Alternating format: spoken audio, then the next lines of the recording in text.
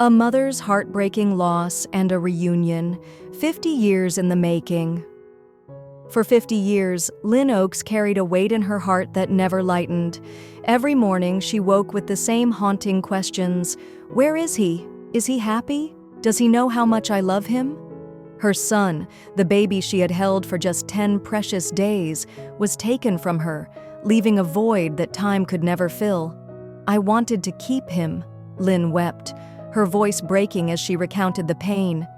He was my baby, my everything. I couldn't believe he was gone. It shouldn't have happened. At just 14 years old, Lynne's life was forever changed when she became pregnant. The father, an older man, vanished, leaving her alone and vulnerable. Her parents, overwhelmed by shame, sent her away to a mother and baby home. There, she was the youngest expectant mother, isolated and heartbroken. I knitted so many little clothes for him, she recalled, her hands trembling as if still holding the tiny garments. I wanted him to be warm, to look beautiful. I wanted him to know he was loved. When her son, Eugene, was born, Lynne cherished every moment with him.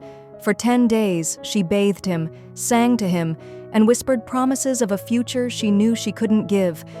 But on that final day, as she fed him for the last time, her tears fell onto his tiny face. I told him I was sorry. I told him I loved him and that I would find him one day, she said. And then he was gone. A son's search for answers, the truth behind the separation. For decades, Lynne searched for her son, but the trail was cold. He had been given a new name, a new life, and she had no way to find him. Meanwhile, her son, now named Michael Cox, grew up knowing he was adopted. His adoptive parents had always encouraged him to seek out his birth mother, but despite his efforts, he could never locate her. When Michael learned the truth about Lynne's heartbreaking decision to give him up, his heart ached for her. It must have been unbearable, he said, to hand over someone you love, knowing you might never see them again. It must have affected her for the rest of her life. Michael's longing to meet the woman who had carried him and loved him, even for just 10 days, only grew stronger. Then, after 52 years of waiting, the moment Lynne had prayed for finally arrived. The team working on her case discovered Michael's identity and reached out to him. When presenter Davina McCall delivered the news to Lynne, her hands shook uncontrollably.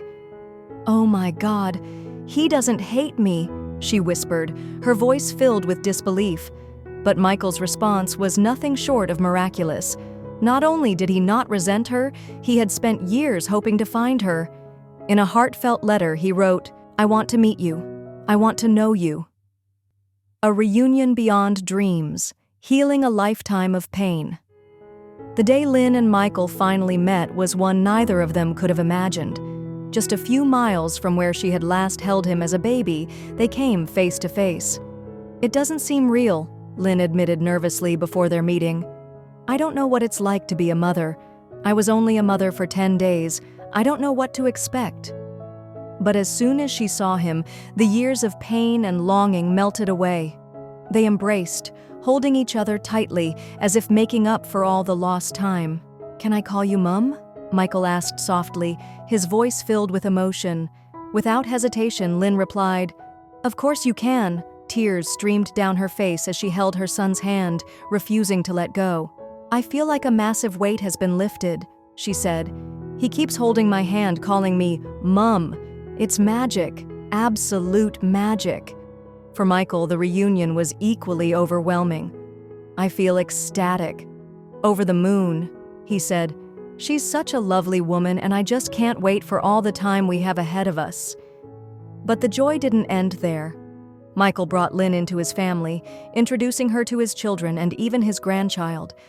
As she watched Michael's daughter, Ellie, walk down the stairs carrying her own baby, Lynne's tears flowed freely. "I've been given a second chance," she said, her face radiant with joy. "I'm a mother, a grandmother, a great-grandmother. I'm so lucky, aren't I?" In that moment, the decades of heartache and longing were replaced with a love that had endured against all odds. Am I going to wake up tomorrow and find out this was all just a dream? Lynne wondered aloud. Number "This is real. This is my family." And for the first time in over 50 years, her heart was whole again.